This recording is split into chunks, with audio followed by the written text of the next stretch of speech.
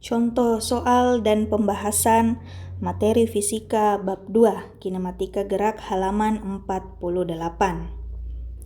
Bola A berada pada ketinggian 90 meter vertikal di atas bola B. Oke, baik, kita langsung ilustrasikan soalnya.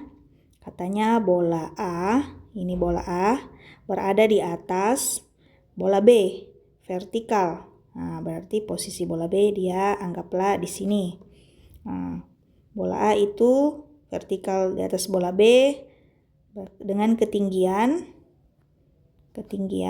ini, taruhlah kita sebut dia H max-nya 90 meter. Pada saat bersamaan, bola A dilepaskan oleh Hanum dan bola B dilemparkan vertikal ke atas oleh Andi.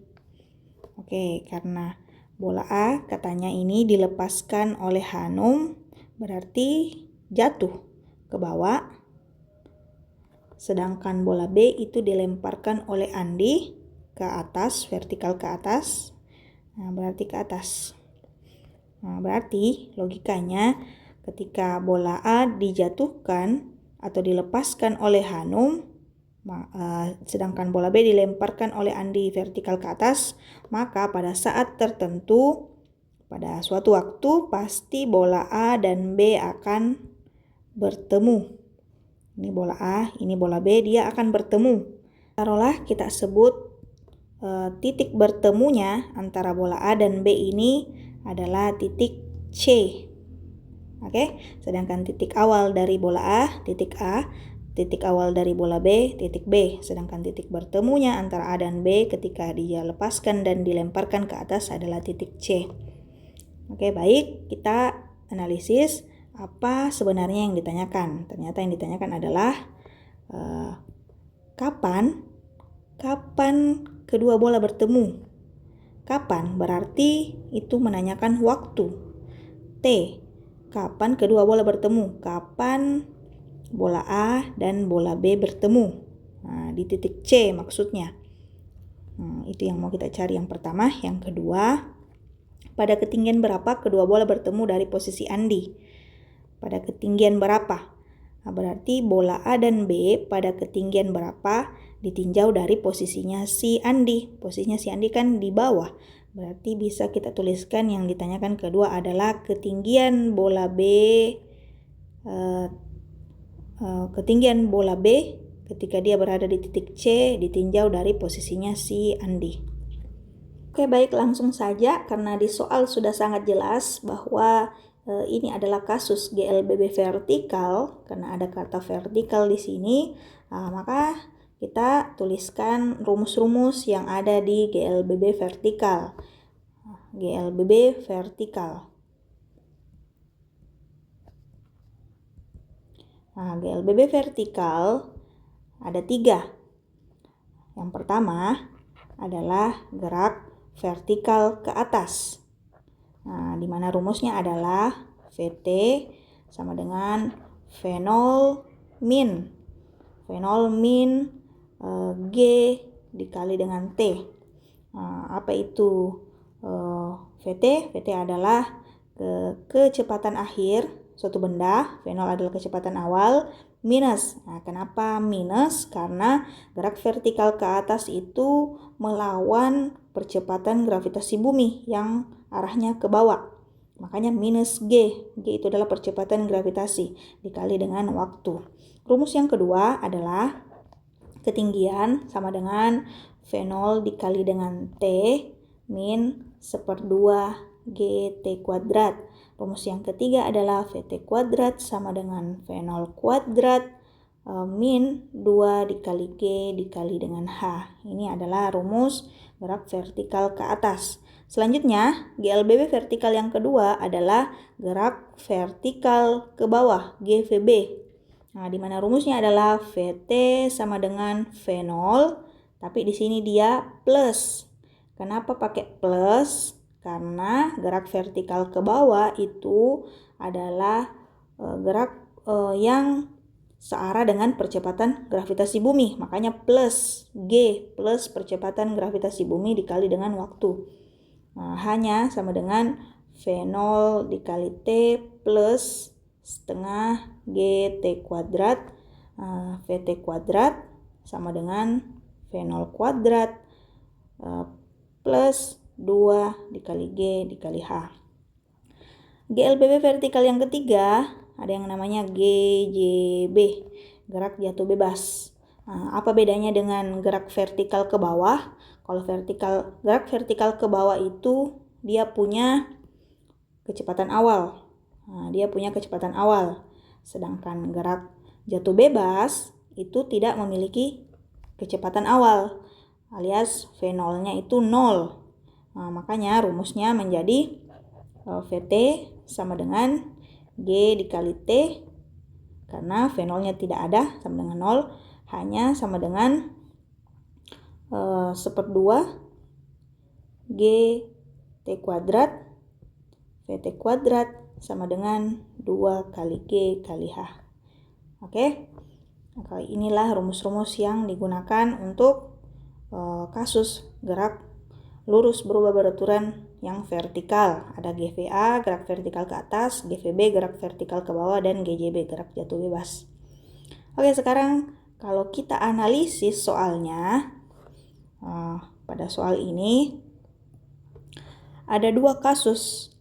Ada bola yang dilepas oleh Hanum, ada bola yang dilempar oleh Andi ke atas. Bola A yang dilepaskan oleh Hanum ke bawah, ini adalah peristiwa gerak jatuh bebas. Kenapa gerak jatuh bebas bukan gerak vertikal ke bawah? Karena di dalam soal Hanum tidak memberi kecepatan awal atau V0 kepada bola A. Bolanya hanya dilepas, tidak dilemparkan ke bawah. Oke? Jadi ini mirip kasusnya dengan buah kelapa yang jatuh dari pohonnya tanpa diberi kecepatan awal. Ini adalah kasus GJB. Sedangkan yang kedua, kasus bola yang dilempar vertikal ke atas oleh Andi, ini jelas adalah kasus gerak vertikal ke atas. Berarti ada 2 kasus. Kita analisis satu-satu. Pertama, karena yang mau kita cari pertama adalah waktu bertemu kedua bola. Yang pertama, waktu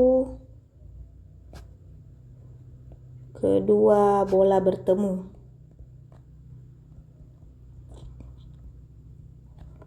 Berarti TAB. Waktunya bola A dan bola B bertemu. Itu kita cari dengan menganalisis bahwa ketinggian maksimum atau ketinggian total ini, ketinggian maksimum itu sama dengan ketinggian bola B dijumlahkan dengan ketinggiannya bola A. Oke? H maksimum itu sama saja dengan ketinggiannya bola A dijumlahkan dengan ketinggiannya bola B. H max di soal disebutkan nilainya adalah 90 meter. Sedangkan kita tahu bahwa ketinggian bola A itu, bola yang dilepaskan oleh Hanum itu adalah kasus gerak jatuh bebas, sementara bola yang dilemparkan oleh Andi itu adalah kasus gerak vertikal ke atas. Maka kita lihat rumus GJB untuk ketinggian ini. G-nya si Hanum, berarti hanya si Hanum bisa kita ganti menjadi setengah G dikali T kuadrat, sementara kasus gerak vertikal ke atas yang ini. Nah, bisa kita ganti V0 dikali T min 1/2 GT kuadrat. Oke, 1/2 G itu nilainya 10, T yang mau kita cari. Nah, dijumlahkan dengan V0-nya. V0, oke, tadi disebutkan di soal bahwa V0-nya ya, bola yang dilempar oleh Andi itu adalah 30 meter per sekon kecepatan awalnya. Jadi 30 dikali dengan T dikurang 1/2 G-nya 10, T-nya yang kita mau cari. Oke, setengah dari 10 adalah 5, T kuadrat tambah 30. T dikurang 5 T kuadrat. Baik, kalau kita lihat di sini 5T kuadrat, di sini minus 5T kuadrat, berarti bisa saling meniadakan. Kita coret saja, berarti tinggal 30T, sementara H max-nya 90. Jadi T sama dengan 90 per 30, sama dengan 3 sekon. Nah, lanjut untuk bagian B, yang ditanyakan adalah ketinggian bola pada saat bertemu ditinjau dari posisinya si Andi. Nah, oke, kita lihat ketinggian Andi melempar bola vertikal ke atas itu termasuk kasus gerak vertikal ke atas. Berarti kita pakai rumus yang ini. Nah, jadi hanya bola B ketika bertemu dengan bola A di titik C itu sama dengan V0 dikali T min setengah G dikali T kuadrat. V0-nya adalah 30, T-nya tadi sudah ditemukan 3, 1/2 kali 10 G-nya ini 3 kuadrat. 30 kali 3 adalah 90, setengah dari 10 adalah 5, 3 kuadrat adalah 9. Berarti 90 dikurang 45 sama dengan 45 meter. Nah, ini adalah ketinggian pada saat bola B dan A bertemu di titik C, ditinjau dari posisinya si Andi.